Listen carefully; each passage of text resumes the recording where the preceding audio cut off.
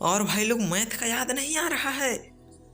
चलो तुम्हें मैं आज मैथ का याद दिला देता हूँ। हम लोग बहुत दिन से मैथ पढ़े ही नहीं है। पिछले दिन हम लोग क्या पढ़े थे वो सब कुछ याद नहीं। चलो मैं ही याद करा देता हूँ। एक महाशय थे जिसका नाम था थेल्स।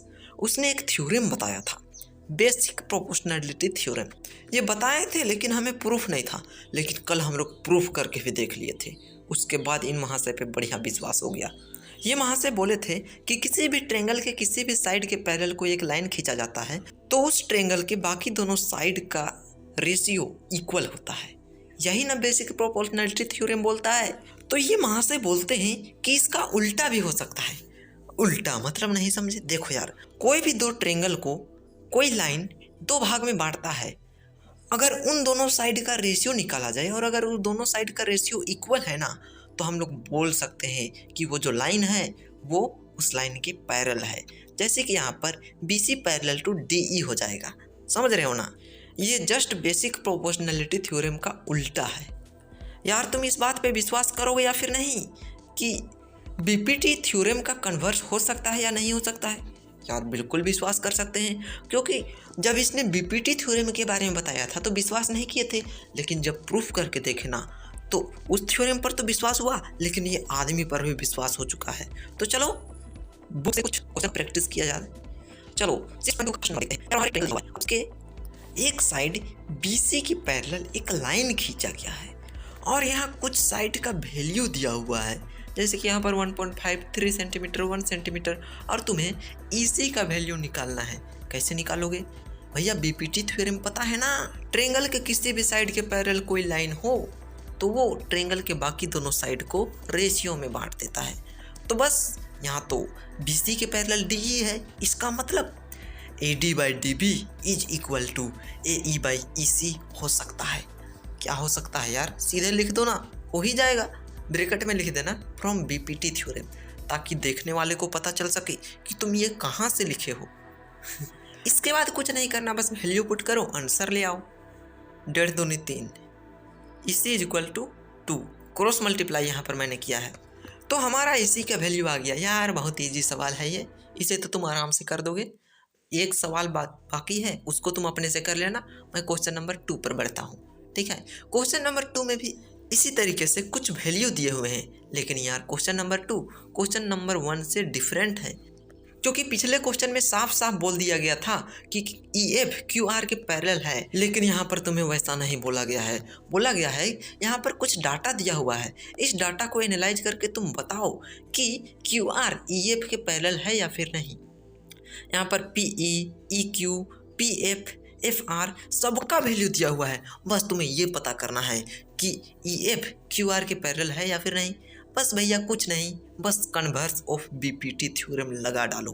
कन्वर्स ऑफ BPT यही बोलता है ना कि यदि कोई लाइन ट्रेंगल को दो भाग में बांटता है तो उसके साइड का रेशियो अगर इक्वल है तो हम लोग बोल सकते हैं कि वो जो लाइन है वो ट्रेंगल के तीसरे साइड का पैरेलल है।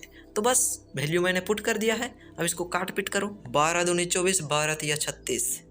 अब कैसे कटेगा यार? 3 का 3, 3 तिया 9।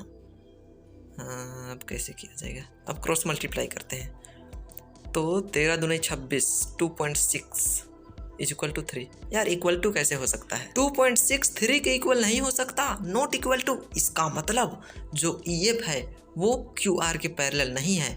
चलो इसको लिख देते हैं, EF is not parallel to QR।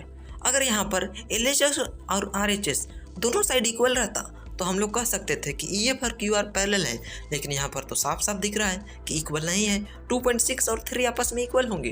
कभी नहीं होंगे। बस ऐसा ही करना है। बाकी क्वेश्चन 20 नंबर का बना लेना, मैं आगे नंबर बढ़ता हूँ। यार मैं एक चीज़ तुम्हें मैं कहना चाहता हूँ कि यार एक क्वेश्चन कब तक मैं कराते रहूँगा? मैंने तय किया है इस एक्सरसाइज का सिर्फ 3 क्वेश्चन तुम्हें बताऊँगा, उससे ज़्यादा कुछ नहीं। बाकी को तुम अपने से प्रैक्टिस करना, ठीक है? यार इस क्वेश्चन का फोटो को कोना में बना देता हूँ, बीच में ठीक नहीं रहेगा, सॉल्व करने के लिए दिक्कत होगा। देखो यार क्वेश्चन मैं बना रहा हूँ ना, तो तुम ये ध्यान देना कि क्वेश्चन किस तरीके से बन सकता है। कॉन्सेप्ट में ध्यान देना। अगर तुम एक बार कॉन्सेप्ट को सीख लेते हो ना तो बाकी सारा क्वेश्चन को आराम से बना लोगे। चलो सबसे पहले लिखना होता है गिवन, क्या दिया हुआ है। तो क्वेश्चन में ही लिखा रहता है कि क्या क्या दिया हुआ है। क्वेश्चन में दिया हुआ है LM पैरेलल टू CB और LN पैरेलल टू CD। यहाँ पर जो जो पैरेलल दिख रहा है उसी को यहाँ पर बोल रहा है। अच्छा, हमें प्रूफ क्या करना है? हमें प्रूफ करना है AM/AB is equal to AN/AD। चलो इसको इस फोटो में मार्क कर लेता हूँ। AM/AB is equal to AN/AD, इसको प्रूफ करना है। क्या किया जाए यार? देखो, बेसिक प्रोपोर्शनलिटी थ्योरम ये तो तुम्हें पता है ना। तो ट्रायंगल ABC को देखो, इसमें BPT अप्लाई करो।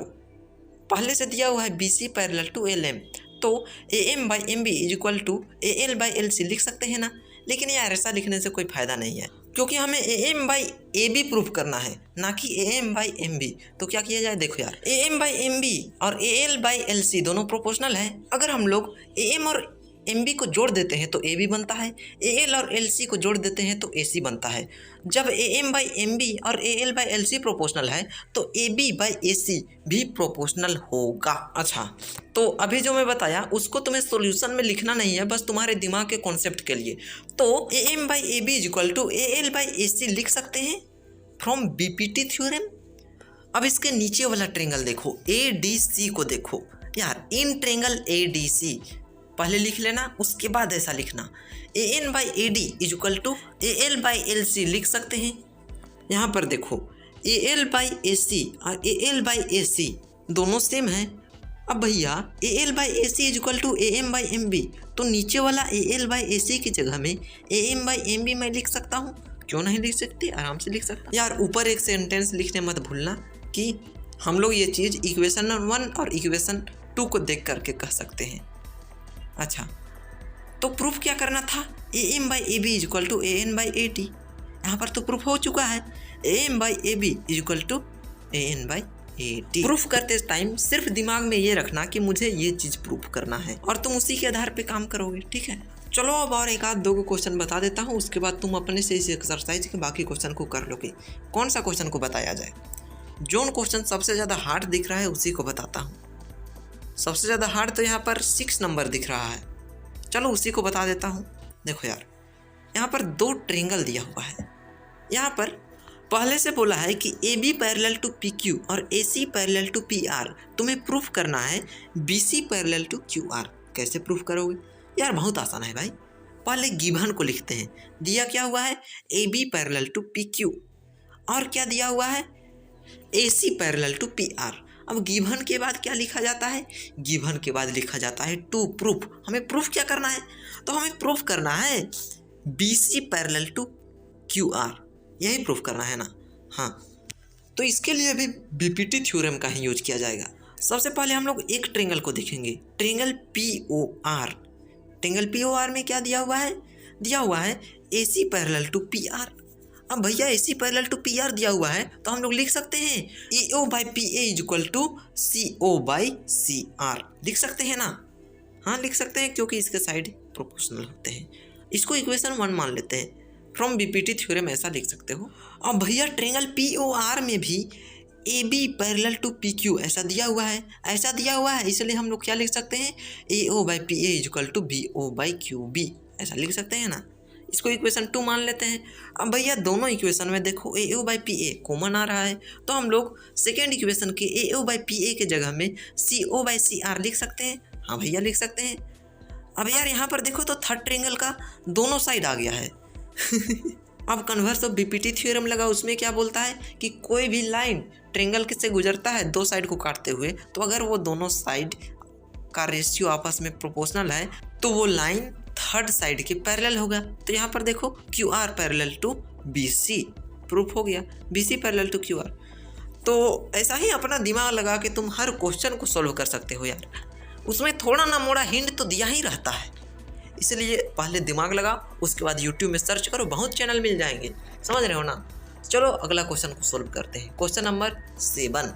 इसमें कुछ फोटो नहीं दिया है, फिर भी मैं समझा दे रहा हूँ। कोई एक ट्रायंगल है, उसका एक साइड के मिड पॉइंट से अगर मैं कोई लाइन लेता हूँ तो वो लाइन थर्ड साइड के पैरेलल है, तो प्रूफ करो कि वो लाइन जा करके थर्ड साइड को जहाँ पर काटेगा वो थर्ड साइड का मिड पॉइंट होगा। चलो आराम से प्रूफ कर देंगे यार। देखो गिवन क्या है? गिवन है AB का मिड पॉइंट P है, यही ना दिया हुआ है। बोला है कि कोई एक साइड का मिड पॉइंट है, तो हम लोग मान लेते हैं कि AB का मिड पॉइंट P है। वहाँ से एक लाइन गुजारना है जो कि BC का पैरेलल होगा। तो हम लोग एक लाइन गुजार दिए पी क्यू, वो पी सी का पैरेलल है, तो ये गिवन है। अब तुम्हें प्रूफ क्या करना है, तुम्हें प्रूफ ये करना है कि जो पॉइंट क्यू है वो ए सी का मिड पॉइंट है। चलो टू प्रूफ भी लिख देते हैं, उसके बाद प्रूफ में आके डायरेक्ट प्रूफ करना स्टार्ट करते हैं। देखो भैया, इसमें तो 2-3 ट्रेंगल का झंझट नहीं है, इसलिए in triangle A B C नहीं लिखोगे तो भी चलेगा। यहाँ पर गिवन है P Q parallel to B C, मतलब यहाँ पर हम लोग बीपीटी थ्योरम अप्लाई कर सकते हैं। हाँ, तो बीपीटी थ्योरम बोलता है A P by P B is equal to A Q by Q C. भैया पी इसका मिड पॉइंट है, इसका मतलब इस साइड को ये 2 भाग में बांट रहा है, इसका मतलब ए पी का लेंथ और पी बी का लेंथ एक ही होगा। तो हम लोग क्या करते हैं, पी बी की जगह में भी ए पी लिख देते हैं, कैंसिल करने के लिए आराम होगा। अब भैया इसको कैंसिल करने से 1/1 आ जाता है। अब इसको इधर डिवाइड में है, इक्वल टू के उधर जाएगा तो मल्टीप्लाई में हो जाएगा, तो Q C is equal to A Q, Q C is equal to A Q. अरे भैया दोनों इक्वल प्रूफ हो गया, इसका मतलब पॉइंट क्यू इसका मिड पॉइंट है। कुछ नहीं करना है, बोला था तो यार कि प्रूफ होला में ज़्यादा दिमाग लगाना पड़ता है, पेन ज़्यादा नहीं चलाना पड़ता है। चलो बाय।